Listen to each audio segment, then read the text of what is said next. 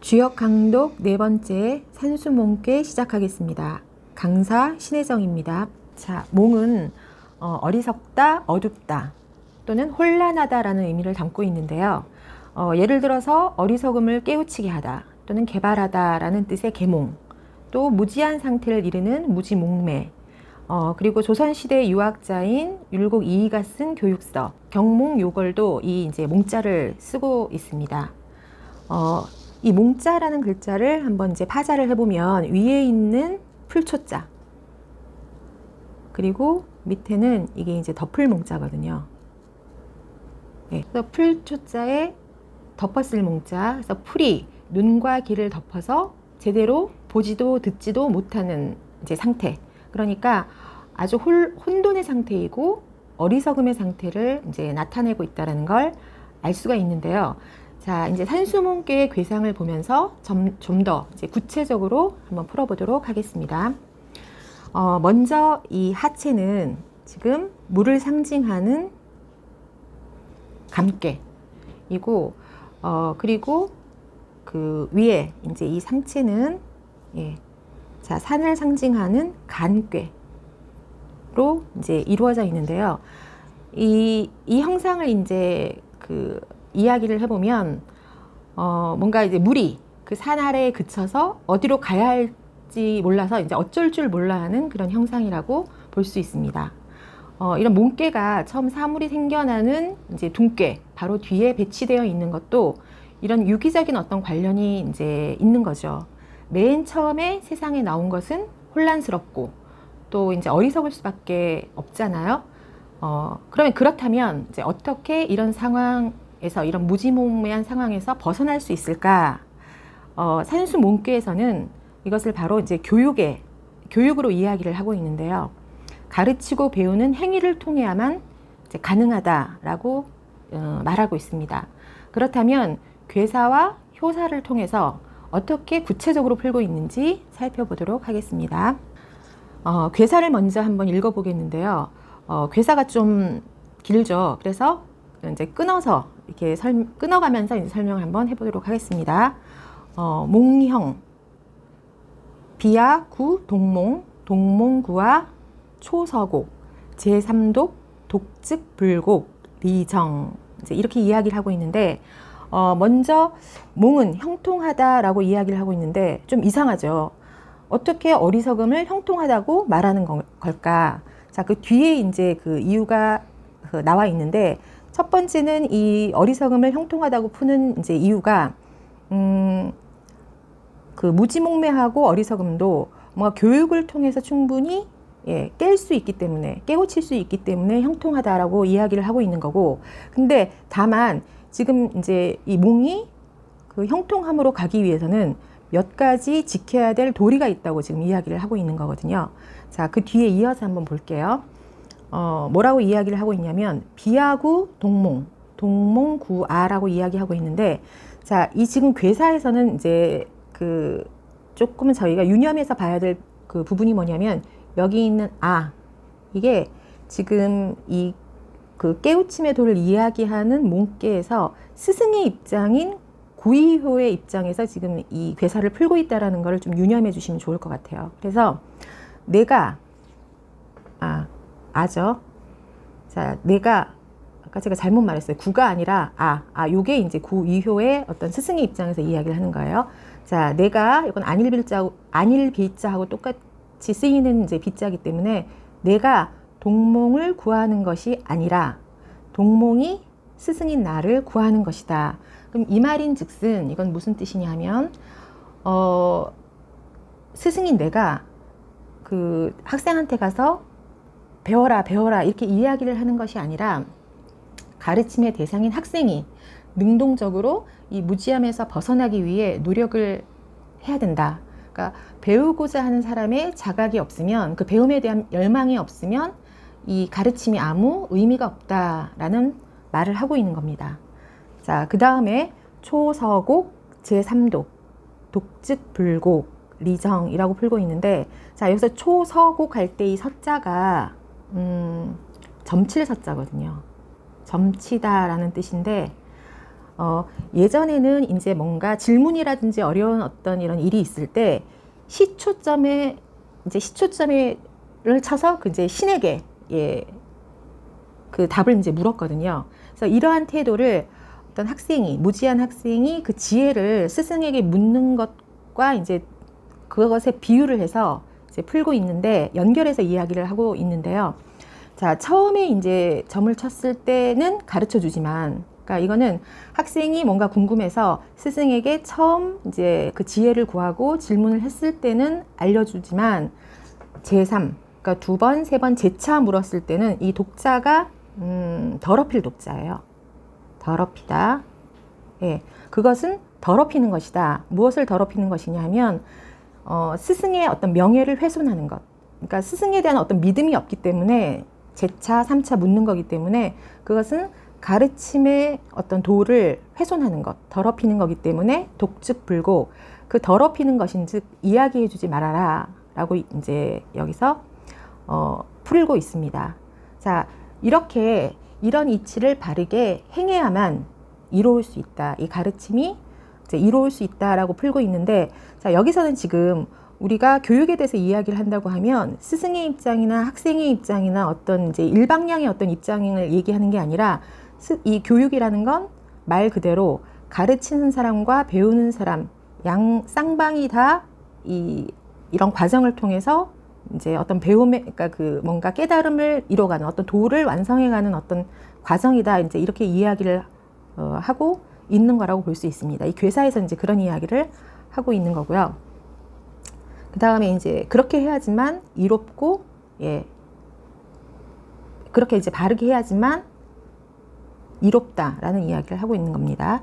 자, 그 다음에 이제 초육을 한번 넘어가 볼게요. 자, 초육은 지금 초육 발몽, 리용형인 용탈질곡 이왕린. 자, 여기서 초육의 이 자리는 보면 중하지도 않고 지금 원래 양의 자리인데 정하지도 않은 자리죠. 그리고 몸께 처음 시작인 단계이기 때문에 아주 천지도 이제 분간하지 못하는 어떤 이제 무지몽매한 그런 이제 학생인 거예요. 이런 학생을 처음에 딱 가르칠 때는 리용형인, 여기서 형자는 형벌이라는 뜻인데, 형벌을 이용하는 것이 이롭다라는 것은 무슨 뜻이냐 하면은 처음에 이제 그 배움을 줄 때, 가르침을 줄 때는 뭔가 규칙, 윤리, 이렇게 어떤 엄격한 규율 아래서 가르치는 게 굉장히 중요하다는 이야기를 하고 있는 겁니다. 자, 그 다음에 용탈질곡이라는 건, 이제 여기서 질곡이라는 건 발에 채우는 족쇄를 이야기를 하는 거거든요. 그리고 이 탈자는 벗다라는, 벗을 탈자예요. 근데 이렇게 엄격한 어떤 그 형벌, 이런 족쇄, 이런 것들을 계속해서 사용하는 것은 좋지 않다고 얘기하는 거예요. 그것을 나중에는 벗겨주는 것이 훨씬 더 이롭다.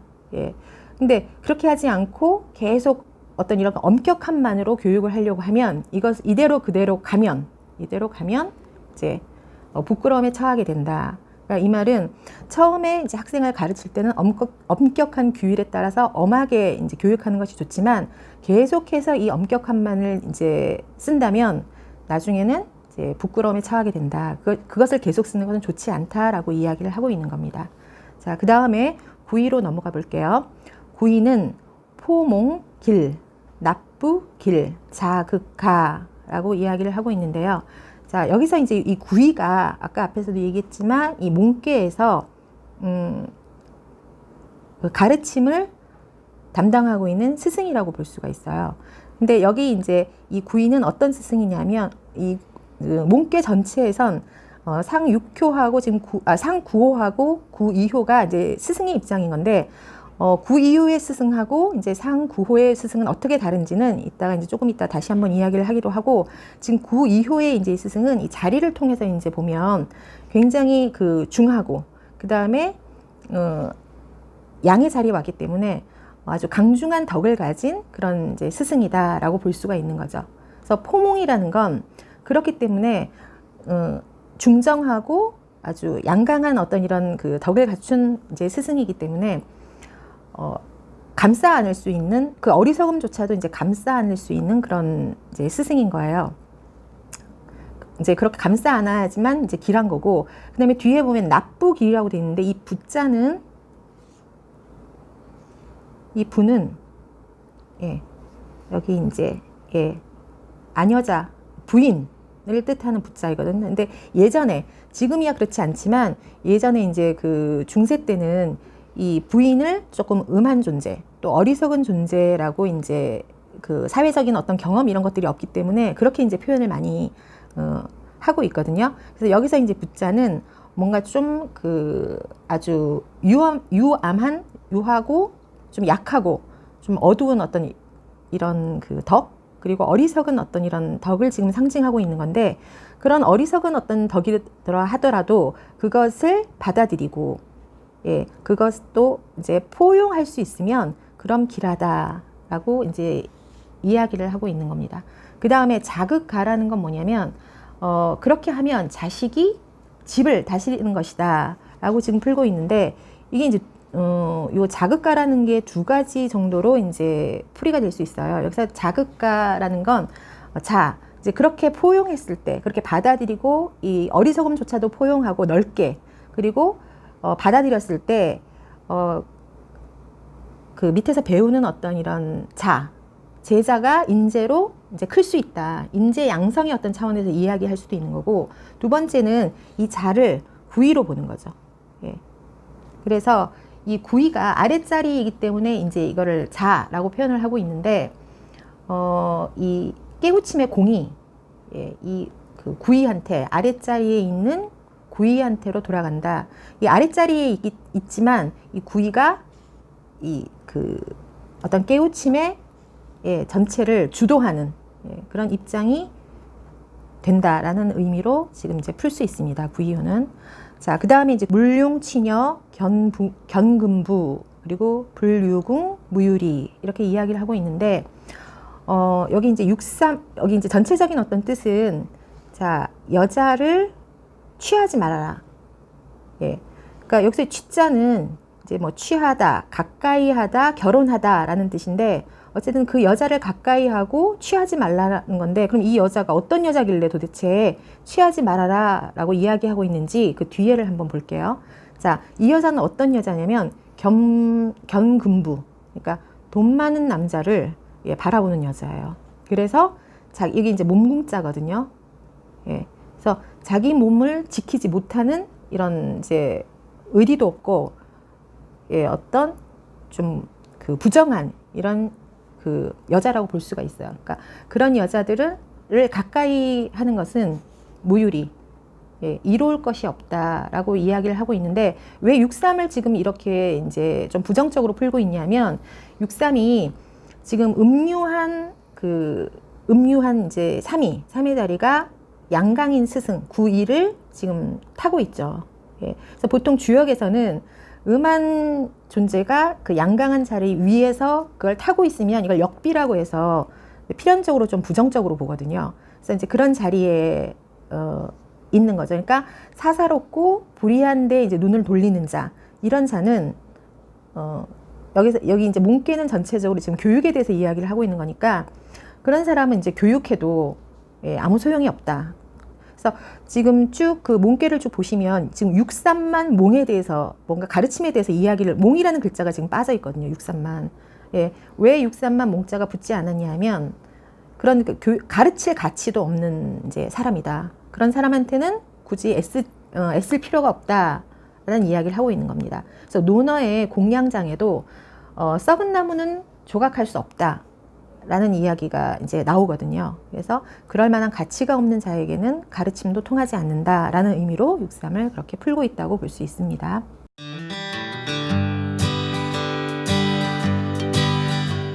자, 6.4. 6.4는 곤몽린. 자, 어리석음 때문에 곤란을 겪으니 부끄럽다라는 의미인데요. 6.4도 이제 이 자리를 좀 봐야 될 것 같아요.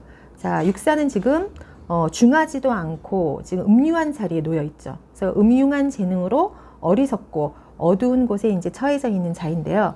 이 6.4의 이제 이런 처해져 있는 위치가 왜 중요하냐면, 이 어리석은 지금 육사를 스승으로 이끌어줄 수 있는 유기요와도 이 육사는 굉장히 멀리 거리적으로 떨어져 있고, 또 초육과도 응하지 못하기 때문에 뭔가 지금 나를 이끌어줄 스승도 없고 내 이웃, 그러니까 도반도 없는 거예요. 그래서 그리고 또 이제 이게 음유한 자리에 위치해 있기 때문에 스스로 이런 어리석음을 또 깨우칠 수 있는 능력도 없어요.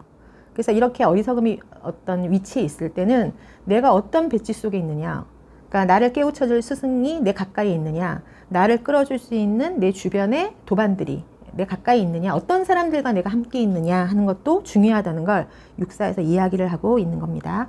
자, 그 다음에 육오로 넘어가 보면요. 육오는 동몽길. 자, 어리석은 어린 아이이니 길하다라고 얘기하고 있는데, 이 육오효가 육오효는 이제 자리가 중의 자리, 그러니까 유중한 덕으로, 또 원래는 강중한 자리였는데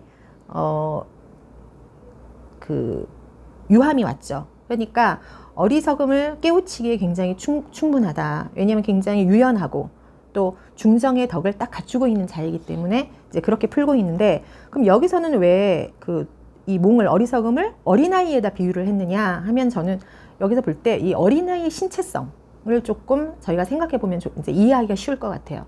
어린아이는 유연하고 이제 자의식이 없기 때문에 누구와도 통할 수 있거든요. 특히 이 6,5효는 지금 윗자리에 처해져 있지만 자기가 배움이 필요하다고 생각하면 바로 내려가서 자기 굴기하심이라고 하죠. 자신을 딱 낮추고, 예, 자신을 굽힐 줄 아는 이제 이런 자인 거죠. 그래서 그 구위가 아래에 있는 자기보다 낮은 위치에 있는 자이긴 하지만 그래도 아래로 내려가서 스승인 구위를 찾아서 내려가서 배움을 구하는 그런 아주 유연한 신체를 가진 자다. 이렇게 해서 6,5효를 지금 동몽, 그리고 그렇게 했을 때 이제 길하다, 이런 스스로 뭔가 이것을 깨우치려고 하고 이런 능동적인 어떤 태도를 보이는 것이 이 몽께에서 이 무지몽매함을 벗어날 수 있는데 굉장히 길한 태도이다라고 이야기를 하고 있습니다. 자, 그 다음에 이제 마지막으로 상구요를 같이 한번 볼 텐데요. 상구는 경몽, 분리위구, 리어구. 자, 어리석음을, 여기서 이제 이 격자가 7격자예요. 예. 그래서 어리석음을 쳐서 깨우치는 것이니, 자, 여기서 구자는 도적 구자거든요. 도적이 되어서 뭔가 폭력적으로 행하는 것은 이롭지 않다. 자, 그러면 어떤 것이 이로운가?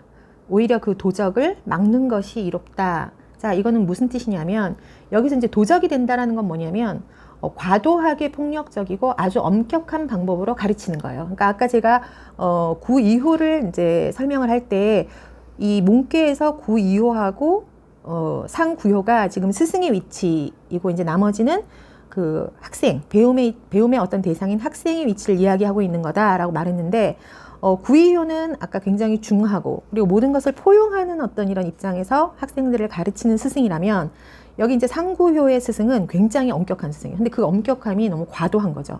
그래서 도적에다 지금 비유를 하고 있거든요. 그래서 이렇게 가르치는 것은, 너무나 엄격한 방법으로 가르치는 것은 이롭지 않다. 예. 그래서 이게 이제 리어구, 그러니까 지나친 엄격함을 피하는 것이 가르침의 바른 도이다.